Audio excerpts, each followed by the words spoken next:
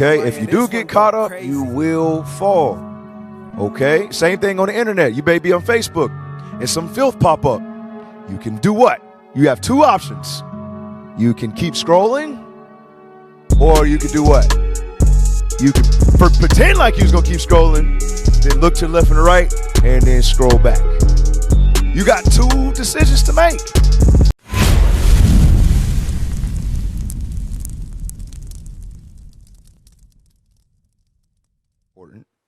This one says how to deal with constant sexual thoughts and burning, resisting your flesh, etc. Get married, all right? Obviously, right? That's how you would do that. But we'll go through the scriptures real quick. Give me 1 Corinthians 7, because obviously there are steps to get married. Ain't that right, officer? Yeah. There's some steps to get married, right? Yep. All right, 1 Corinthians chapter 7. Just start at verse 1. 1 Corinthians chapter 7 and verse 1. Watch this. Now concerning the things whereof he wrote unto me, it is good for a man not to touch a woman. Right. What is that? As a matter of fact, I can't assume that you know that. What does that mean? I don't want to confuse nobody out there. Y'all confusing people out there. Sheesh. Read the verse again. 1 Corinthians chapter 7 and verse 1. Come on. Now concerning the things whereof he wrote unto me, it is good for a man not to touch a woman. Yes, you were right. It is good for a man not to touch a woman so he can stay focused on the work of the Lord. Yes, it is good. But does everybody have that gift? No. Give me Matthew 19 real quick. All right, we come right back. Digress briefly. Matthew 19. Let me get there with you. Sorry. Give me verse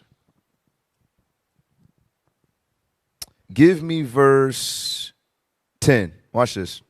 Matthew chapter 19 and verse 10. Come on. His disciples say unto him, if the case of the man be so with his wife, it is not good to marry. Because the disciples, they're like, man, shoot, I can't put away my wife for nothing. He said, forget that. It's best that I don't marry. That's what the disciples said when Christ was speaking in Matthew 19, going into marriage and divorce. Okay, read.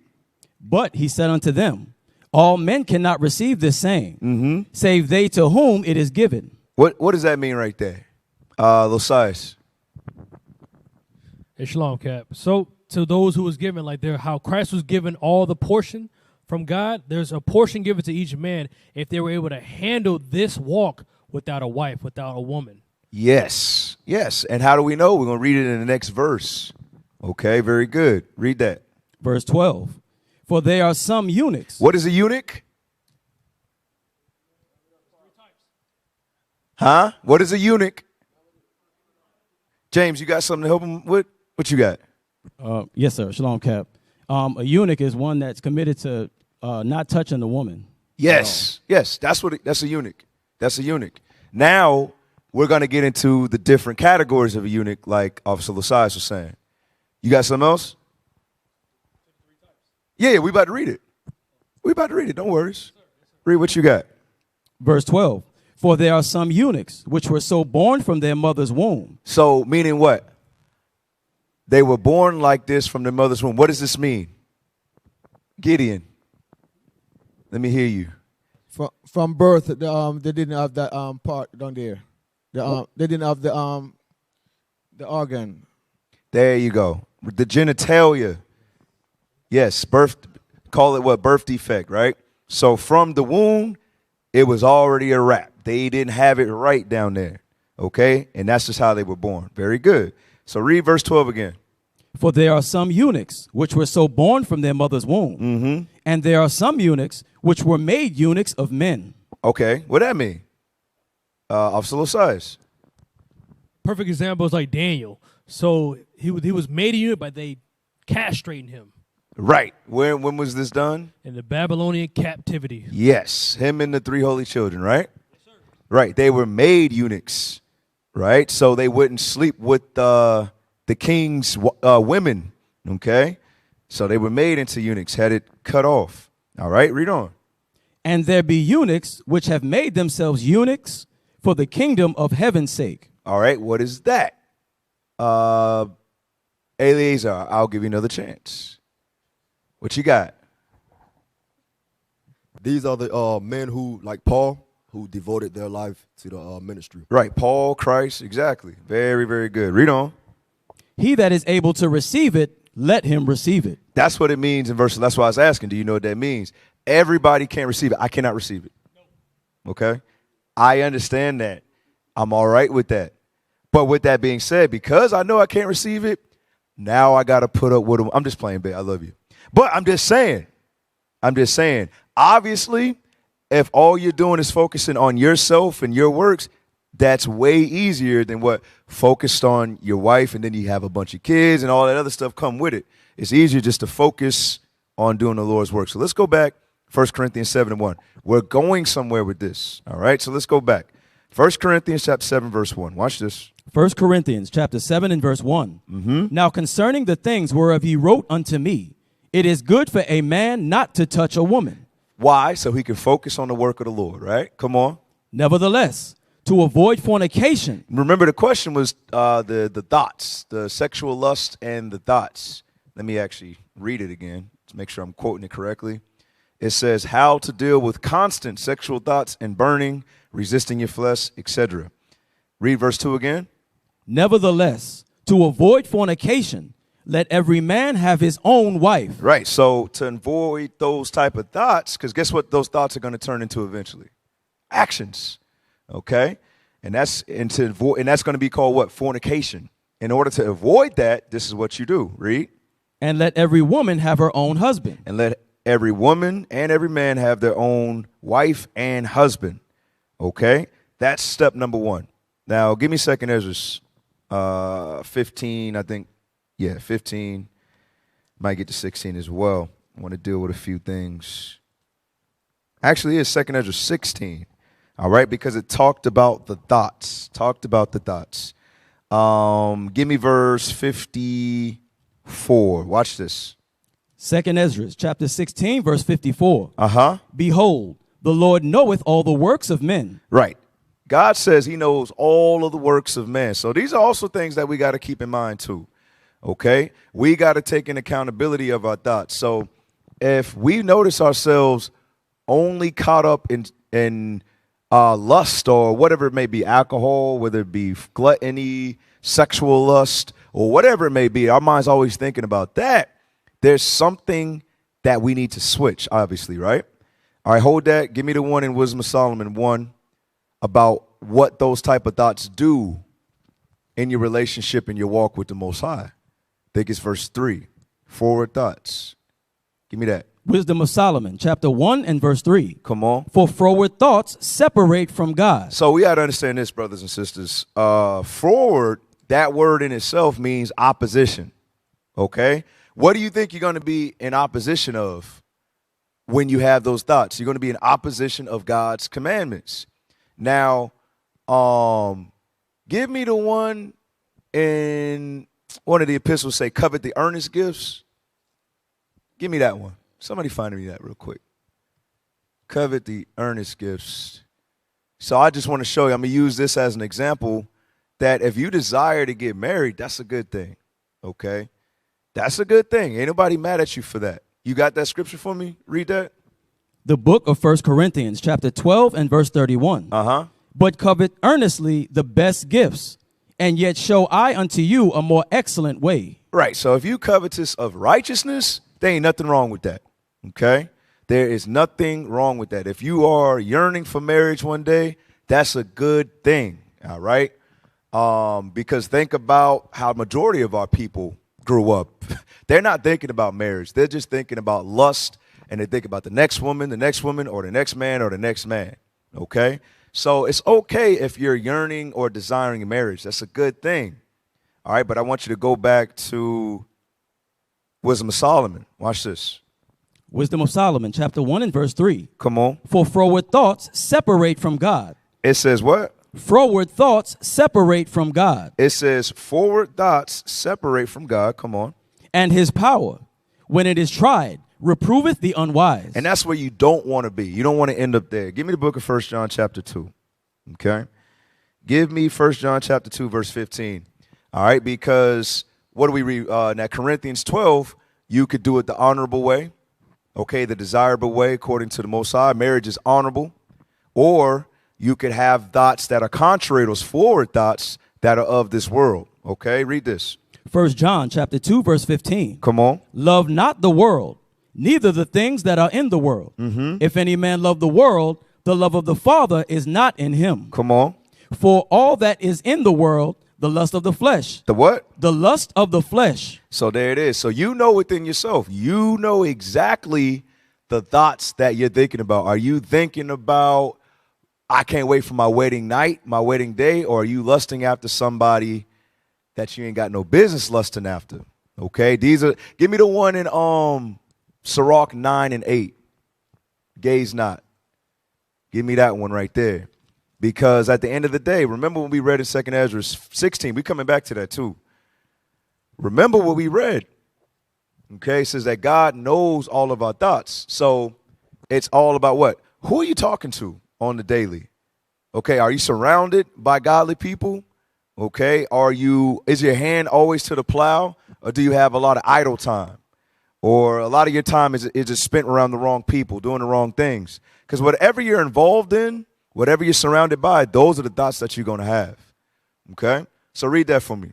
The book of Sirach, chapter 9 and verse 8. Come on. Turn away thine eye from a beautiful woman, and look not upon another's beauty.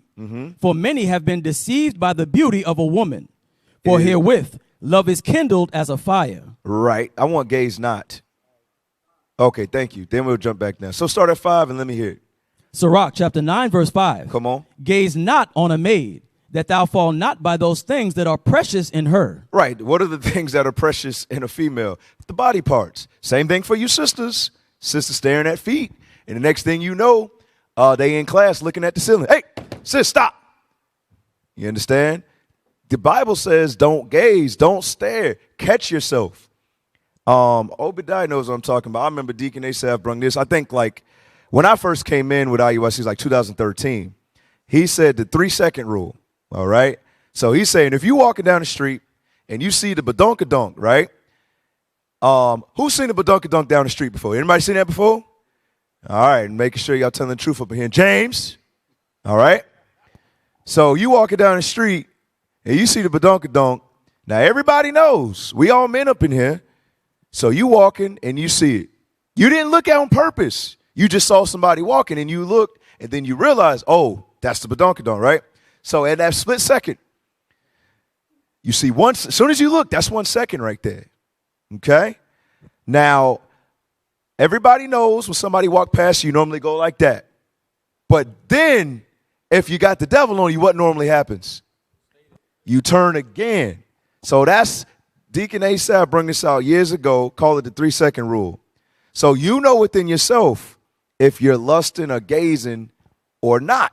Because, for example, if you see it and then turn away and keep walking, you know you ain't lusting. You just looked that way and happened to see that. You didn't want to.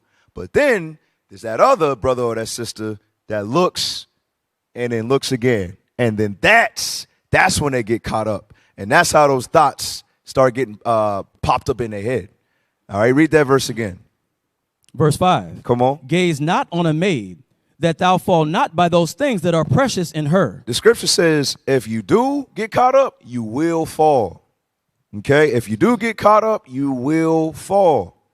Okay? Same thing on the internet. You may be on Facebook and some filth pop up. You can do what? You have two options. You can keep scrolling or you could do what? You can pretend like you was going to keep scrolling, then look to the left and the right, and then scroll back. You got two decisions to make. Okay. It just reminded me of something Deacon Albia used to say. They'll go like, somebody look at this. Man, I can't believe this sister's doing that, man. Why? Why are you doing this? That's disgusting. The whole time you just stare and, you think you can trick your mind. Go ahead, Cap. That's what. Yeah, a lot of times that brother is the brother that's going to be guilty of it. Okay, we all got to be real with ourselves. Every last one of us has a vice. Before we get back, give me the Proverbs 4. I think it's verse 6 talking about wisdom. Wisdom's the principal thing. Give me that one. 7. Okay, read that for me, please. This is the book of Proverbs, chapter 4 and verse 7. Come on. Wisdom is the principal thing. So at all of it, it says wisdom is the principal thing. Read. Therefore, get wisdom, and with all thy getting, get understanding. All right, get wisdom and understanding. Why? Because, especially in these times, watch this. Give me Isaiah 33 and 6. Especially in these times when we're living in such a wicked society, such a wicked world, we're not going to be able to sustain if we do not seek wisdom. Okay? Read that, Isaiah 33 and 6. Isaiah chapter 33, verse 6. Come on. And wisdom and knowledge. What? Wisdom and knowledge. Wisdom and knowledge, the application of God's commandments and his laws, read. Shall be the stability of thy times. It says it should be the what? The stability of thy times. That's what's going to keep our head afloat in these wicked days. We have to be occupied in the scriptures. Give me that one, Sirach 33. I want idle time. 27. Sirach 33 and 27. Okay? So we got to make sure we're seeking out the right things so our thoughts are in accordance to what we're doing on the daily. Watch this. Sirach chapter 33, verse 27. Come on. Send him to labor, that he be not idle. It says, send him to labor that he be not idle, and you're lonesome. Read. For idleness teacheth much evil. Right. Idleness teaches much evil. You got to have a daily regimen. You got to have a daily schedule. We taught a class not too long ago called Days Off Lead to Sin. If you just have days off with nothing on your schedule, you will fall into some type of sin. It's going to happen. Read the verse again. Send him to labor. Come on. That he be not idle. Read. For idleness teacheth much evil. Idleness teaches much evil. Sirach 39 and 1. So you got to keep yourself what? Occupied. Got to keep yourself occupied. The best thing to do, pick up the Bible. Sin, I'll say this. Sin should not take place if you have the Bible in your hand. Okay? Sin should not take place if you have the Bible in your hand. Read what you got. Sirach chapter 39 and verse 1. Come on. But he that giveth his mind to the law of the Most High, and is occupied in the meditation thereof. And is what? Occupied in the meditation thereof. That meditation going into what? Being repetitive. Being repetitive over and over and over again. Y'all see how we ask, break that verse down. You don't fully get it because you're not meditating on it. That's why you don't really understand how to dissect it and break it down line for line. Hey, if you happen to be dealing with some lust, you better go meditate on these scriptures. It'll make you sharper. It'll make you more confident. And most importantly, it's going to help you overcome whatever that sin is. It's the wisdom. It's the studying, being occupied in the scriptures. Finish that out. But he that giveth his mind to the law of the Most High is occupied in the meditation thereof. Mm-hmm. Will seek out the wisdom of all the ancient. Right. It says we'll do what? Will seek out the wisdom of all the ancient. Right. If you are serious about this truth, you're going to seek out wisdom. You're going to seek out wisdom. Okay. Read. And be occupied in prophecies. Right. And be occupied in prophecies. Give me Wisdom of Solomon 7. Give me Wisdom of Solomon, chapter 7. And give me a sec. May want to jump around a little bit.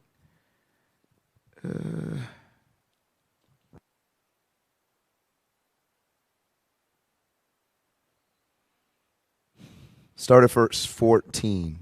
Actually, start at verse 7. Watch this. Wisdom of Solomon, chapter 7 and verse 7. Come on. Wherefore I prayed, and understanding was given me. Right. That's what a lot of us don't do. A lot of us don't pray and we don't ask. Give me that one in James. I think it's 1 and 5. Give me James chapter 1, verse 5. We're coming right back to this. Okay. A lot of us keep getting falling victim to diverse lusts because we're not praying and we're not asking for help to overcome. Okay. Read this. James chapter 1 and verse 5. Come on. If any of you lack wisdom, let him ask of God that. There it is. There it is. You're going to be lacking wisdom at some point, but it's up to you to do what? Seek out the wisdom, right? It's up to us to seek out the wisdom. Read that again. if any of you lack wisdom, Come on. let him ask of God, that giveth to all men liberally, Liberally, he's going to give it to you as long as you're asking him. He's going to give it to you. Read. and upbraideth not. Meaning what? He will not hold back. So let's go back to Wisdom of Solomon 7:7. Wisdom of Solomon, chapter 7 and verse 7. Come on. Wherefore I prayed, and understanding was given me. Come on. I called upon God, and the spirit of wisdom came to me. Right. And the spirit of wisdom came into the forefather, King Solomon. 10, verse 10. Watch this. I loved her above health and beauty. Right. We got to get to that point. We got to get to that point. The her, of course, is wisdom. Said King Solomon said he loved wisdom. He loved God's laws more than what? Health and beauty. More than he didn't care about his own health, and he didn't care about the way he looked. All he cared about is gaining more wisdom. Read. And chose to have her instead of light. For the light that cometh from her never goeth out. You see that thing right there? It said the light that cometh from wisdom never goeth out. Meaning what? It's forever. Okay? It's not carnal. It's not temporal. Like it says in Corinthians. All right? Jump down to verse 14. Verse 14. For she is a treasure unto men that never faileth. Come on. Which they that use become the friends of God. It says if you use wisdom, it says you become a friend of God. Read. Being commended for the gifts that come from learning. All right. Let's jump down to verse 22. Verse 22. Come on. For wisdom, which is the worker of all things, taught me. For in her is an understanding spirit. Read. Holy, one only, manifold, subtle, lively, clear, undefiled. What? Undefiled. So if you want to get rid of those defiled thoughts, you have to seek what? Wisdom. Because when wisdom is working in you, it's what? It's going to be undefiled. It's going to get rid of those wicked thoughts. Read. Plain, not subject to hurt. Come on. Loving the thing that is good. Quick, which cannot be letted. Ready to do good. Ready to do what? Ready to do good. Ready to do good. Read on. Kind to man, steadfast, sure, free from care. Hey, that's a good thing right there. Hey, who ever been in the spirit? Like you say you were struggling, right? But now you got a few good weeks under your belt. You keeping God's commandments. You know you doing what's right. That feels good, right? That's how you know you're rolling with wisdom. That's that free from care. Oh, I'm good. If something would happen to me today, I am good to go. Because I know I ain't doing nothing wrong. I know I'm in the spirit. All right. But it's telling you, if you're always rolling with wisdom, that's how you're going to feel. That's why Bishop always say what? Stay in the spirit. Okay. Read on. Having all power. Having what? All power. Read. Overseeing all things. Come on. And going through all understanding. Pure and most subtle spirits. Jump down to verse 30. Watch this. Verse 30. For after this cometh night, but vice shall not prevail against wisdom. Right. Whatever your hang up is, it's telling you if you want to defeat it, if you're sincere, if you really want to defeat it, you have to be occupied in wisdom because it's going to defeat any lust or any opponent that comes against it. Okay. And 2nd Ezra 16 again. Let's end right there because we got more questions. 2nd Ezra chapter 16, verse 54. Come on. Behold, the Lord knoweth all the works of men, their imaginations, their thoughts, and their hearts. Right. And I got another one for you. Go back to Sirach. So with that being said, it says that the Most High knows all of our thoughts, all everything that we think about. Give me Sirach chapter 7, verse 36. So with that being said, all right, this is the type of mindset that we got to have. So if these thoughts come across us, send up some prayers. Ask the Most High to remove those thoughts. Ask for wisdom. Check who you're talking to. Look at what you're watching. There has to be something that's putting that spirit on you. Every last one of us is going to be tempted, right? Oh, obviously, give me James 4 and 7. Then give me this one right here, Sirach 7 and 36. It still comes down to what? Whether we're going to give into it or not. Okay, still that battle that we got to fight. Okay, read that for me, please. The book of James, chapter 4 and verse 7. Come on. Submit yourselves, therefore, to God. Right. That submitting to God is what? Seeking out the wisdom. Okay. Read. Resist the devil. Do what? Resist the devil. You have to resist in order to get that pattern of good works flowing, in order to get it to the point in Wisdom of Solomon 7 talking about without care, you got to submit yourself unto the Lord. Read that again from the top.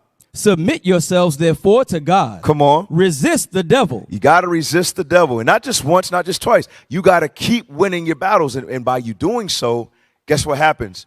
The lust don't go away, but guess what? Your spirit gets stronger and it can defeat the lust. That's the key.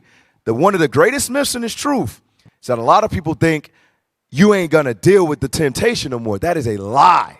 That is not in the Bible. 1 Corinthians 10:13. Come right back to this. 1 Corinthians 10:13. That is a lie. You will have to deal with this. I'm sorry, y'all. Give me the one in 2 Ezra 7 and 56, condition of the battle. I think that's what I want, pretty sure. And then we're going to go to Corinthians. Then we're going to go back to Sirach. You got what I want, soldier? 57? Okay, thank you. Yes, sir.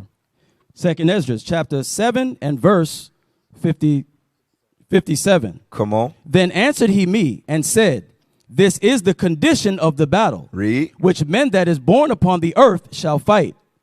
Right. That's the condition of the battle. All right. Why? Because of what took place with Adam. Okay. This is what we have to do until kingdom come. Now give me the one in 1 Corinthians 10:13. 1 Corinthians chapter 10 and verse 13. Go ahead. They have no temptation taken you, but such as is common to man. But God is faithful, who will not suffer you to be tempted above that ye are able. Right. The only reason we feel overwhelmed at times is because guess what? Dang, I really wasn't studying this much that week. Dang, I haven't fasted in like 2 months. Ugh. Man, I honestly, I've been distant from everybody. And everybody in here should be able to bear witness with that if you're honest, if you're sincere with yourself. Don't ever blame the Most High. I ain't going to go to it like you say in James 1. Don't blame the Most High for sin. He has nothing to do with that. That's all you. You got to be, you ever lost your wallet before? I know anybody lost their wallet before? What do when you lose your wallet? You do what?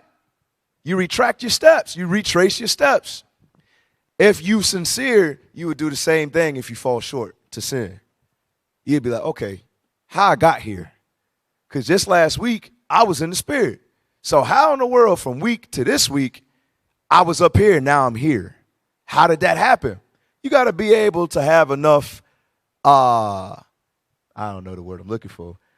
Discernment, that's a good one. You got to have enough discernment to be able to, I got to catch myself. Okay, obviously I wasn't doing this. Now I got to apply Baruch 4:28. I got to go 10 times harder on this because I fell short on this. Because I messed up here, it's that trickle effect that led me to this era in my life, this low point in my life. And that's how we got to do and think, brothers and sisters. Last two, James 4:7, Sirach 7 and 36. James chapter 4, verse 7. Come on. Submit yourselves, therefore, to God. Resist the devil, and he will flee from you. Right, but you have to resist, okay? Stop getting uppercutted, body shots. Stop taking L's all the time. You got to fight back. You got to throw some punches too. Not second Ezra, Sirach 7:36. Read that. The book of Sirach, chapter 7 and verse 36. Come on. Whatsoever thou takest in hand, remember the end. Do what? Remember the end. Right. Whatever you do, remember the end. And remember, the Most High, he know our thoughts. He know everything we thinking, right? We can't fool the Most High. Read on. And thou shalt never do amiss. Right. You should never do amiss. If you're rolling in wisdom, you'll be able to think clearly. You'll be able to think clearly. Your thoughts are only not clear when you're in the midst of sin. You can't see straight. Okay? 7 watchmen telling you one thing, but you can't see it because your vision is clouded by sin. So, to answer the question, follow what we just said and get ready to get married because that lust ain't going to go away. Okay? But having a husband, having a wife that can help you combat the lust. Okay? So I hope that helps. What is a nation? Nation is family. Nation is community. Nation is men leading by example. Nation is women's support. Nation is children with role models.